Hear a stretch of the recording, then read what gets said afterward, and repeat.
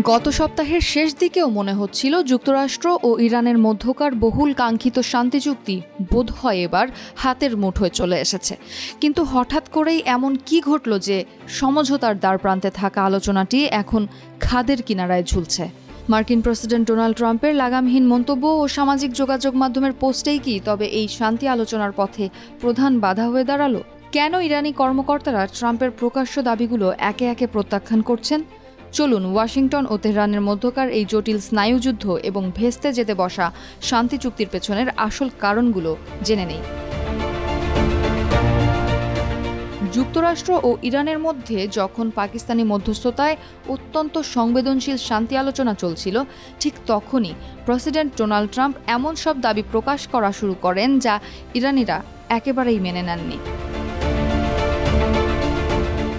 সিএনএনের প্রতিবেদন অনুযায়ী Trump Bloomberg ও CBS নিউজকে জানান, ইরান তাদের পারমাণবিক কর্মসূচি অনির্দিষ্ট সময়ের জন্য স্থগিত করতে রাজি হয়েছে এবং 2-1 দিনের মধ্যেই চুক্তি হতে যাচ্ছে। কিন্তু ইরানি কর্মকর্তারা এসব দাবি পুরোপুরি অস্বীকার করেছেন।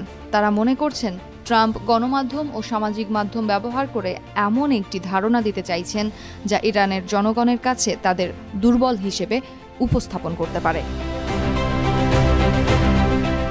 মূলত ইউরেনিয়াম সমৃদ্ধকরণ ও শর্তের বোঝাপড়া নিয়েই দুই পক্ষের মধ্যে বড় মতবিরোধ রয়েছে।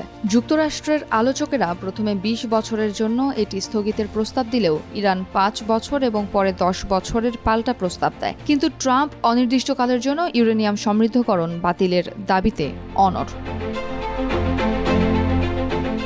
অন্যদিকে তেহরানের মূল দাবি হল হরমুজ প্রণালীর পূর্ণ নিয়ন্ত্রণ এবং মার্কিন নিষেধাজ্ঞা প্রত্যাহার। যদিও যুক্তরাষ্ট্র এর বিনিময়ে বিদেশে আটকে থাকা ইরানের $2,000 কোটি সম্পদ মুক্ত করার বিষয়টি বিবেচনা করেছিল।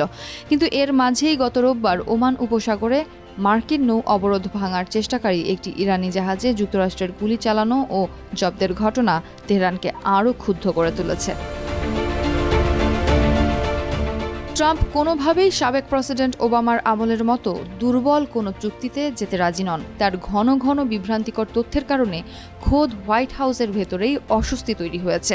দ্বিতীয় দফার আলোচনায় ভাইস প্রেসিডেন্ট জেডি ভ্যান্সের অংশগ্রহণ নিয়ে ট্রাম্পের পরস্পর বিরোধী বক্তব্য পুরো আলোচনা প্রক্রিয়াকেই চরম অনিশ্চিত করে তুলেছে।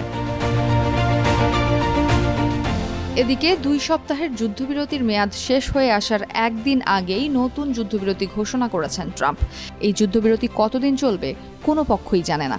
ট্রাম্প জানিয়েছেন, যতদিন ইরান যুক্তরাষ্ট্র আলোচনা শেষ না হবে ততদিন বহাল থাকবে এই যুদ্ধবিরতি। এখন বড় প্রশ্ন, এই আলোচনা কি আদৌ আলোর মুখ দেখবে নাকি শুরু হবে নতুন কোনো ভয়াবহ সংঘাত?